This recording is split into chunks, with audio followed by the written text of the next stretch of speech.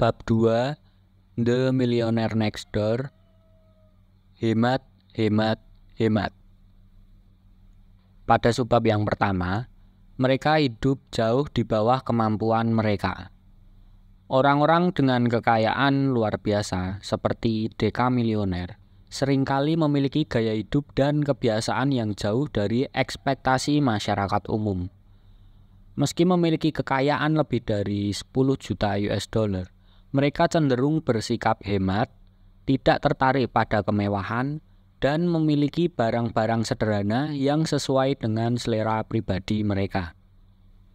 Sikap mereka yang tidak boros terhadap makanan dan minuman mencerminkan nilai-nilai kesederhanaan yang bertentangan dengan stereotip umum tentang gaya hidup orang kaya. Pada subbab yang kedua, fondasi untuk menghimpun kekayaan. Gaya hidup hemat adalah landasan penting dalam membangun kekayaan. Banyak orang kaya sebenarnya tidak hidup dalam kemewahan yang sering ditampilkan oleh media. Sebaliknya, mereka lebih memilih hidup sederhana dan cerdas dalam mengolah keuangan. Konsumsi berlebihan justru seringkali menghambat akumulasi kekayaan jangka panjang mereka. Meskipun ada stereotip bahwa orang kaya hidup boros, sebagian besar milioner mencapai kesuksesan dengan bekerja keras, berhemat, dan menghindari gaya hidup yang konsumtif. Pada subbab yang ketiga, gaya hidup milioner khas Amerika. Banyak milioner seperti Johnny Lucas memiliki gaya hidup sederhana yang jauh dari gambaran mewah yang sering dipromosikan oleh media. Mereka cenderung hidup hemat, bekerja keras, dan berinvestasi dengan bijaksana. Hal ini mungkin membuat program TV tentang milioner seperti Johnny kurang menarik bagi massa karena mereka tidak mencerminkan fantasi konsumtif masyarakat. Nah, pesan utamanya adalah bahwa akumulasi kekayaan lebih berkaitan dengan disiplin dan pengelolaan uang daripada penampilan luar atau konsumsi yang mencolok. Pada subbab yang keempat, dibuat khusus atau dari rak. Kebanyakan milioner tidak membelanjakan uang dalam jumlah besar untuk barang-barang mewah seperti busana setelan. Johnny Lucas, seperti banyak milioner lainnya, lebih memilih untuk berbelanja hemat. Bahkan untuk keperluan yang terlihat prestisius. Penelitian menunjukkan bahwa mereka yang menghabiskan lebih banyak uang untuk pakaian justru bukan milioner. Kesederhanaan dan kebiasaan hemat menjadi kunci dalam akumulasi kekayaan, sementara konsumsi berlebihan seringkali menjadi penghambat untuk mencapai stabilitas keuangan jangka panjang. Lalu pada subbab yang kelima, selanjutnya tentu saja alas kaki. Gaya hidup sederhana seperti yang dipraktikkan oleh Johnny Lucas dan banyak milioner lainnya adalah kunci untuk mengakumulasi kekayaan. Berbeda dengan apa yang sering digambarkan oleh media, orang kaya umumnya tidak menghabiskan uang untuk barang-barang mewah seperti sepatu atau pakaian yang mahal. Sebaliknya, mereka lebih fokus pada disiplin keuangan, investasi yang cerdas, dan membangun stabilitas ekonomi jangka panjang. Pemborosan yang ditampilkan di media cenderung hanya mencerminkan sebagian kecil individu yang tidak mewakili kebanyakan milioner. Lalu pada subbab yang keenam, peluang terakhir untuk Tuan Lucas. Banyak milioner seperti Johnny Lucas menjalani kehidupannya yang hemat dan sederhana, jauh dari harapan masyarakat umum yang dibentuk oleh media. Johnny dan kebanyakan milioner tidak membeli barang-barang mahal seperti arloji mewah, melainkan memprioritaskan investasi pada hal-hal yang lebih penting seperti pendidikan anak dan stabilitas keuangan. Meskipun gaya hidup konsumtif dipromosikan sebagai norma bagi orang kaya, kenyataannya mayoritas milioner mencapai kesuksesan melalui pengelolaan keuangan yang bijak dan disiplin yang sangat tinggi. Lalu pada subbab yang ketujuh, kelangkaan Johnny Lucas. Banyak orang di Amerika tidak kaya meskipun memiliki penghasilan yang tinggi, karena mereka terjebak dalam pola konsumsi berlebihan dan utang. Mereka lebih fokus pada pamer kekayaan daripada mengelola keuangan dengan bijak. Seperti yang dilakukan oleh Johnny Lucas. Johnny, meskipun tidak terlihat mewah, namun memiliki keuangan yang stabil dan aman karena gaya hidupnya yang hemat, serta investasi yang cerdas dan tanggung jawab akan finansial. Kekayaan sejati tidak selalu terlihat dari penampilan, tetapi dari kebijaksanaan dalam mengelola keuangan. Lalu pada subbab yang ke-8, memainkan pertahanan tinggi. Pentingnya hidup hemat tidak hanya untuk individu, tetapi juga dalam hubungan pernikahan. Sebagian besar orang kaya berasal dari rumah tangga yang hemat, di mana baik suami maupun istri memiliki kebiasaan finansial yang sederhana. Kunci akumulasi kekayaan adalah penghasilan yang tinggi dipadukan dengan kebiasaan pengeluaran yang bijaksana. Ketika pasangan memiliki gaya hidup boros, akumulasi kekayaan menjadi sulit, terutama ketika sedang membangun bisnis. Kerjasama dalam hal keuangan antara pasangan menjadi faktor penting dalam kesuksesan finansial.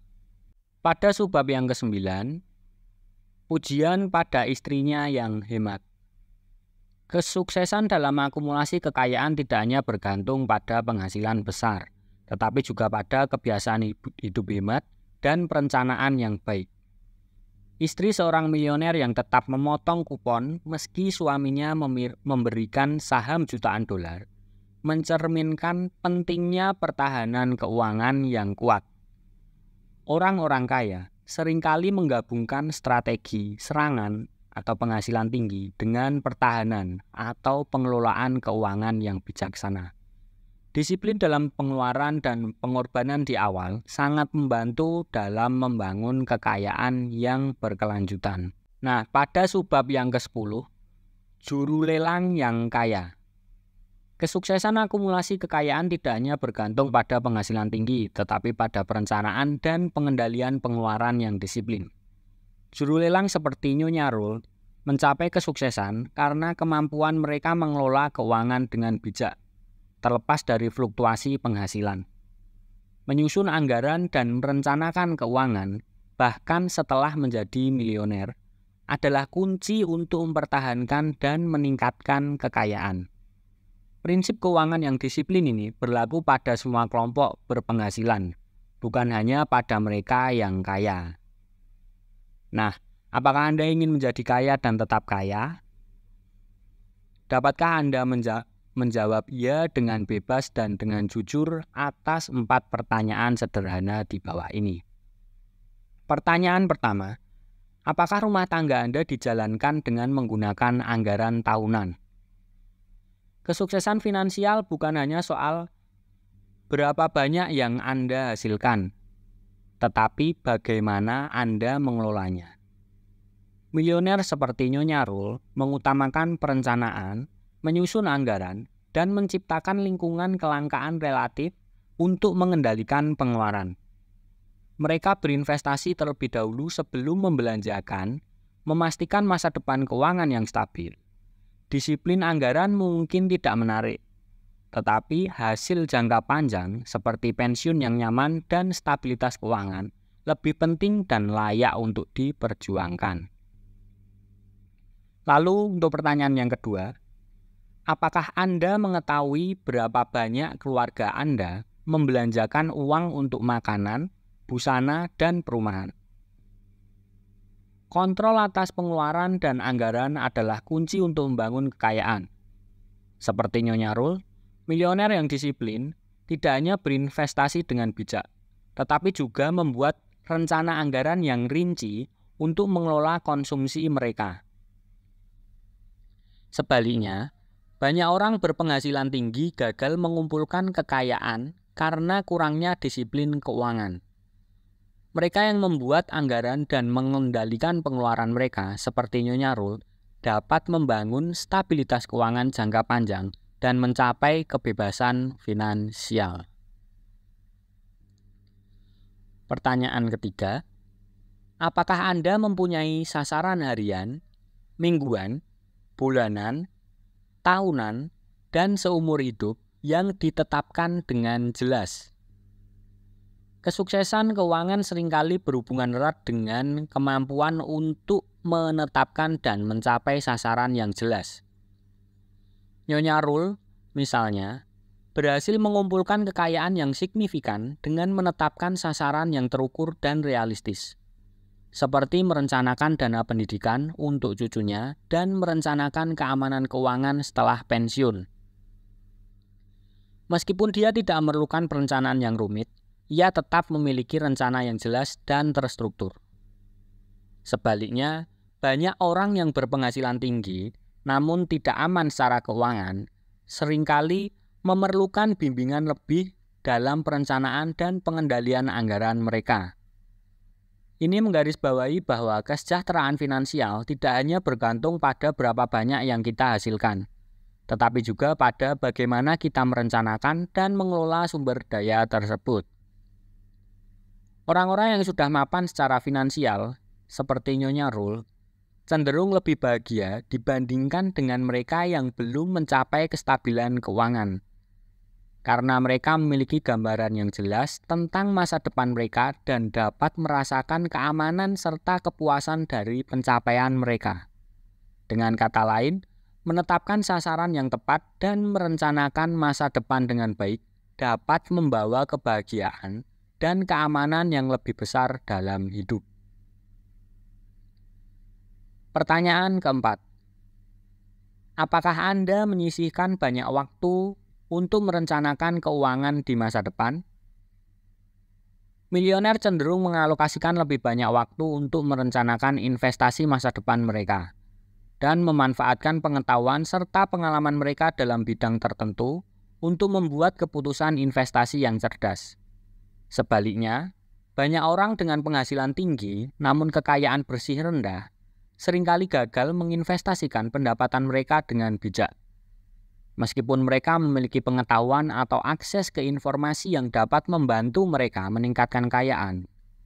Akibatnya, mereka seringkali tidak mencapai status milioner, bahkan mungkin menghadapi ketidakstabilan finansial dalam jangka panjang. Perencanaan keuangan yang baik adalah kunci untuk mempertahankan dan meningkatkan kekayaan.